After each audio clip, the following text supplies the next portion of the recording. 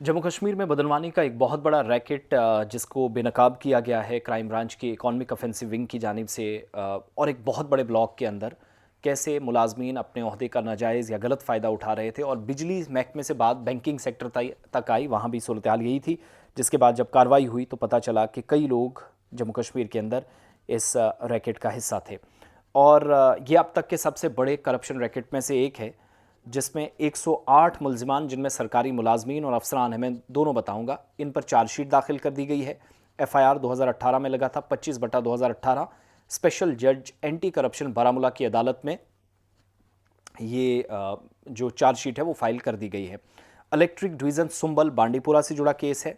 सरकारी फंड्स का बड़े पैमाने पर गलत इस्तेमाल, खुर्द-बुर्द, इलीगल अपॉइंटमेंट्स, गैरकानूनी तकर्रियों से मुतल्लिक केस है।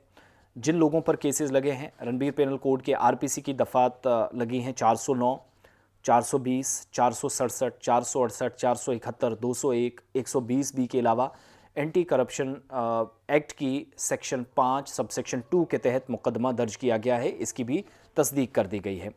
मुलजिमान की जो तफसीलात हैं, चार्जशीट में जिन लोगों के नाम शामिल हैं, इसमें 15 एग्जीक्यूटिव इंजीनियर्स हैं, 6 असिस्टेंट अकाउंट्स ऑफिसर हैं, 1 अकाउंट्स असिस्टेंट है, 6 असिस्टेंट हैं, 6 हेड असिस्टेंट हैं, 4 सीनियर असिस्टेंट हैं, जिनमें मुबैना सरगना मुश्ताक अहमद मलिक वल्द सनाउल्लाह मलिक भी, जो आरगाम बांडीपुरा का रहने वाला है, ये भी शामिल हैं। 4 जूनियर असिस्टेंट हैं, 1 ऑर्डिनरी है, जिसको आप कह सकते हैं कि आर्जी बुनियादों पर तकर्री हुई थी। और ये तमाम अफराद इलेक्ट्रिक डिवीज़न सुंबल में तैनात रहे हैं।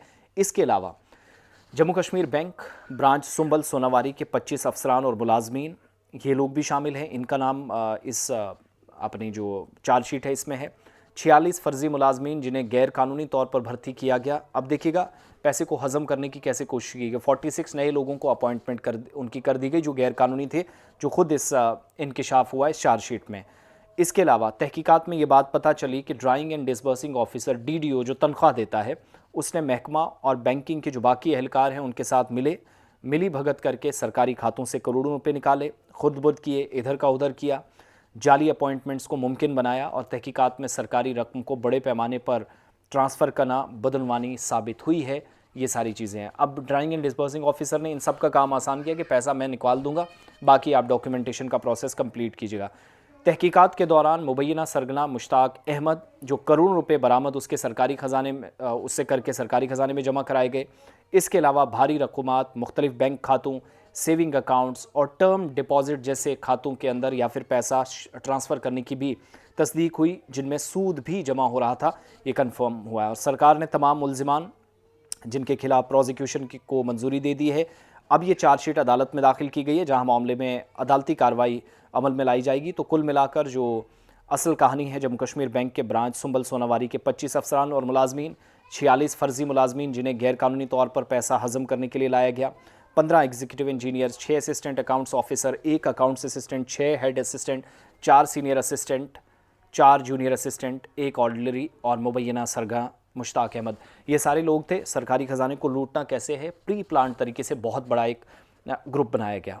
तो अब सिंपल सी बात यह है कि नई भर्तियां करें, इन पुराने लोगों को सजाएं दें जिनने ये काम किया और बाद में सब पूरे डिपार्टमेंट के ऊपर दाग लगाने का काम किया।